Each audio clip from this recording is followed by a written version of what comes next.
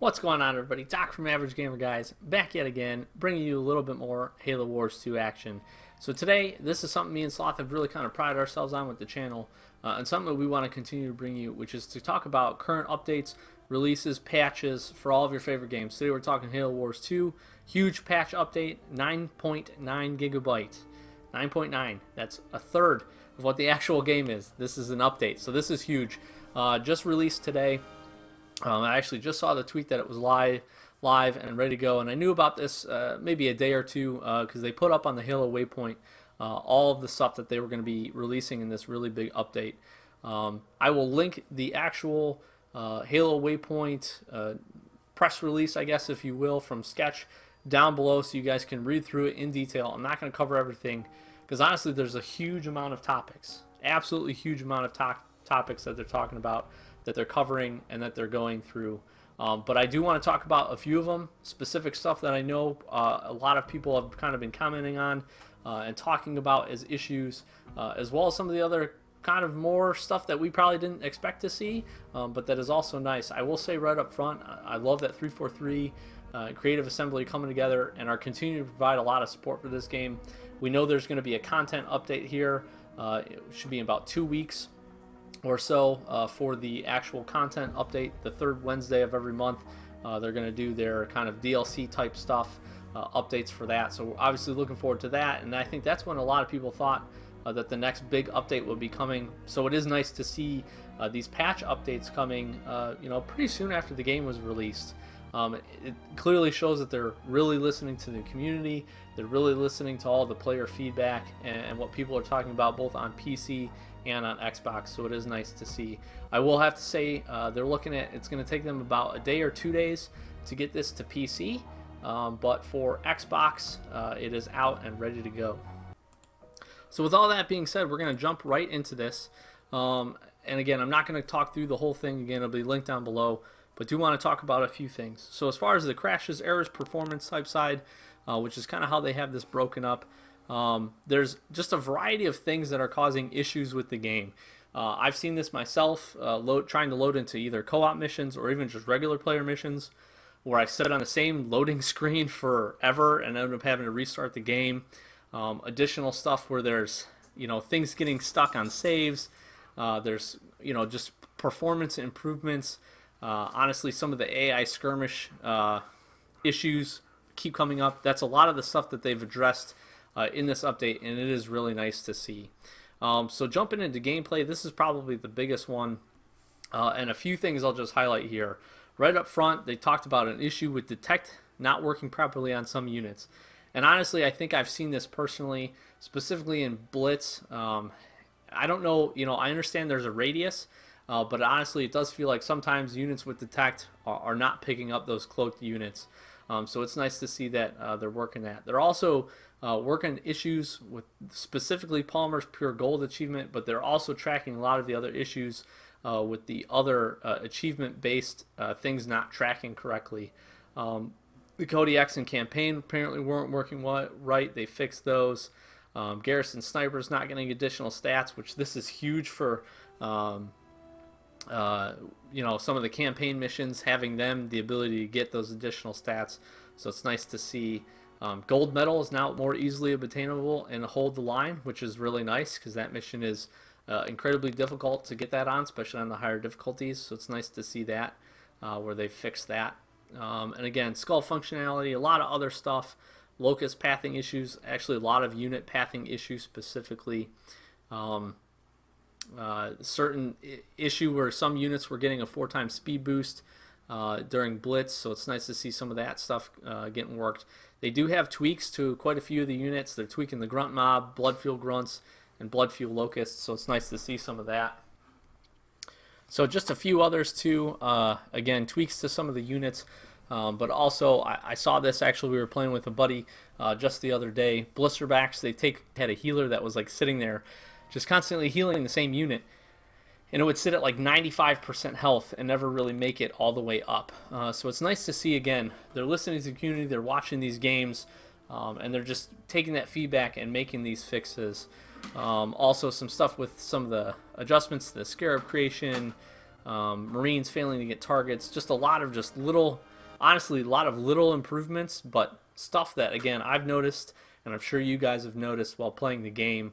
That's just going to make the game, one, work like it's supposed to, but two, just be a smoother experience and not have so many of those issues. So a bunch of metagame updates. I won't highlight too much on that. You guys can, again, check those out. Like some of the cinematics we're unlocking early, fixing some daily and weekly challenges were not being tracked in certain multiplayer playlists, which is nice. So a bunch of cosmetic updates, cleaning up some of the menus, visual indicators for certain things, selecting cards, and just a whole lot of different stuff, both on Xbox and on the PC version. Some PC specific and some Xbox specific things here as well. Also, probably about 8 or 10 audio updates as well. And last thing they kind of sneak in here as far as the actual update piece is they're talking under the hood preparation for future ranked multiplayer, which again, if you've seen me talk about the MMR discussion, you know how I feel about this. So it is nice to see, again, they're talking here, they're prepping it, it's getting ready. So it is nice that they put that little note in there. You could probably skip by this if you weren't reading this too carefully. But it is nice to see that they're going to continue to talk about it, and it looks like now getting into the preparation phase to hopefully roll that out soon. Will we see it in March? I don't know. My guess is not. Maybe an April update, maybe kind of similar to this one where they're going to do kind of a early month release for patches and stuff like that.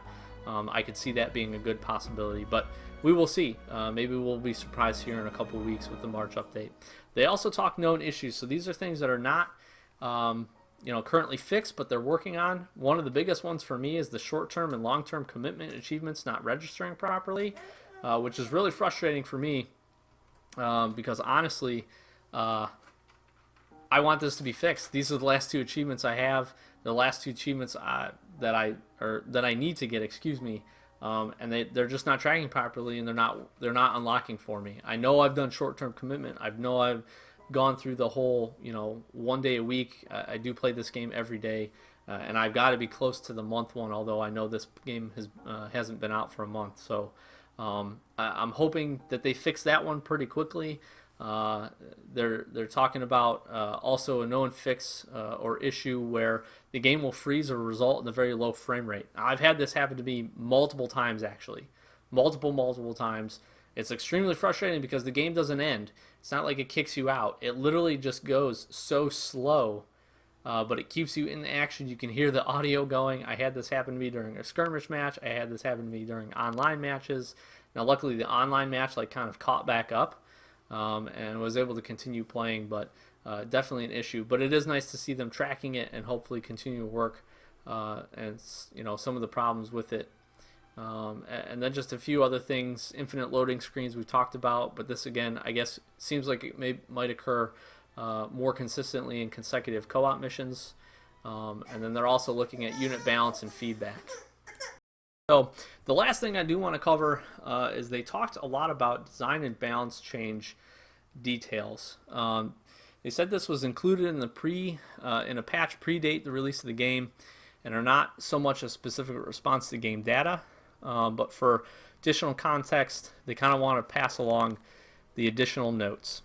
So things that they talked about, and some of this stuff is new, so I don't want to make it sound like it's not. But they're talking a lot about scout vehicles, the scout vehicle rush. It seems like that's a pretty popular way, especially in regular multiplayer, to kind of get out and try to end some of the games quickly. So they've done a bunch of scout vehicle changes to include cost changes for a lot of them, the brute chopper, the ghost, the jackrabbit, as well as making them deal reduced damage to non-scout vehicles, take more damage from turrets and leader powers, as well as marines and grunts, making certain other vehicles like warthogs and marauders to deal increased damage to scout vehicles, which again is all under that kind of context of kind of not completely nerfing scout rushes, but making it so that that's not the only thing that you can build. So I do appreciate that. They've also increased a lot of the build times. So the brute chopper goes from 23 to 25 seconds. Same thing with the ghost. And then the Jackrabbit has gone from 21 seconds to 24 seconds. Now this is kind of the bread and butter of what I want to talk about here, which is some of the more specific things in relation to Blitz mode, which is obviously what we probably play more than anything. We see Grunt Squad Mines aiming delay reduced from 5 seconds to 3 seconds, or 5.0 to 3.0, so that's probably not seconds. But that's just the calculation. Their mines damaged, for the Grunt mines, damage increased by 13%. The Marine Grenade secondary ability increases from 30 to 50%. The area of effect damage, that's really nice to see. And then some of the stuff that we'll look up front right here, right at the beginning, is going to be updates to some of the cards that we see a lot of in Blitz specifically. So some of the things that we've talked about, and I've actually messed around with a few different builds on some of these cards. But we see the Blood Fuel Grunts are actually making an increased cost. So they were originally 30, now up to 50. Blood Fuel Locust. This is probably the best update that we could have seen, making this card 80 energy from the original 60. Again, sorry for the background noise. Originally 60, now 80. I still think this is a dominant card, and without it actually getting nerfed any specifically for damage and range, probably being the biggest thing, this will still continue to be a powerhouse unit, but increasing an additional 20 energy does kind of assist the process a little bit of making this not so overpowered and a little bit harder to cycle to and actually get out in large quantities. And then we also see the increased Watchtower's line of sight from 50 to 90. So kind of the final topic we have here is post-release player feedback, which again is great from me and from my standpoint. Again, listening to the community, 343 and Creative Assembly, understanding that, you know, when they released this, you know, they didn't fully understand probably still, even with the beta, how certain you know, units were going to work, how certain leaders were going to work. So it is nice that they'll see this feedback, and obviously the post talks about you know, future balance changes coming and what they're looking into, you know, possibly either nerfing, buffing, and how they're going to go about do it. So I'll hit this list real quick. Forge's economy power being the first one up front. I completely agree with this one. Forge, my opinion, he's easily the best leader to, if you're going to rush a specific strategy, to do it in, especially if you use his first two leader powers, leader points that he gets to put in that first economy power. The update to you know, the decrease in amount of supplies and energy you need both to build and to upgrade those things makes him able to build you know, honestly very fast. So it's nice to see they're going to look to see what they can do there. Anders Sentinel nerfs, I've seen this as well playing multiplayer. Just an overload of Sentinels, especially the Protectors. They are really strong. You get a lot of them out. It's kind of hard to counter that. They're talking Wraith and Scorpion buffs, which I'm a big fan of. I do want to see that. I think those units, you know, especially from Halo Wars 1, they were some of the tougher units to get through. And in this one, it seems like there's just too much stuff that kind of plays well against them. So it'll be nice to see them getting a little bit extra, whatever they end up getting, health, damage, or a combination of both. Cyclops and Hunter nerfs, they're also going to continue to look at the Scout unit nerfs. The Cyclops and Hunter, I've never thought they were too overpowered because, again, they have a great counter, and they're honestly weak to quite a bit of stuff. But they do really destroy vehicles quickly, so maybe that's part of the Wraith and Scorpion buffs as well. They're also talking about Suicide Grunts, Jump Pack Brutes, and Elite Rangers getting a buff. I think minus the Suicide Grunts, the other two, definitely. Suicide Grunts, for the blast specific ability, I mean, they are what they are, so but it'll be interesting to see what they do. Flamers, Hellbringers, they called them Flamers in this one, which is really funny, but Hellbringers, they absolutely need to give these things some more health and really make them dominant against infantry, because they're not very good overall at all, period. So it'll be nice to see what they can do. And then there, I guess, a supply pad diminishing returns curve adjustment, maybe making it so that when you upgrade them, you're seeing a little bit better increase or something along those lines. So that's kind of it. I want to wrap it up there. I don't want to take too much time, but I did want to talk in detail some of the things that I found most interesting. If you haven't, obviously make sure you get on your Xbox, get this update going. Again, it is 9.9 gigs, so it's very large. But honestly, a lot of really great stuff in here. I'm happy that they're doing this, and it's nice to just again see the continued support. Excuse me, see the continued support, and allow them to continue to make these updates and improve the game, because a lot of this I do think is going to be game improvements. So we will see, and I'll be very interested to see what they bring out again third week of the month with their actual content release, and see if they do any of these things that they're talking about as far as the issues that they're still tracking. So we will see. I've been Doc from Average Gamer, guys. Thank you so much for watching. Make sure if you haven't already, subscribe, follow us on Twitter. We also have Average Gamer Guys Club on Xbox One. Feel free to join that. And again, we'll get a lot of the discussion going there. Let me know your comments down below for what you think about the update.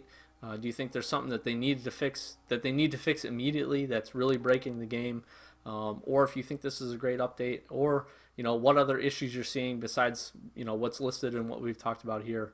Really interested in your feedback on this kind of stuff. So hopefully you guys enjoyed.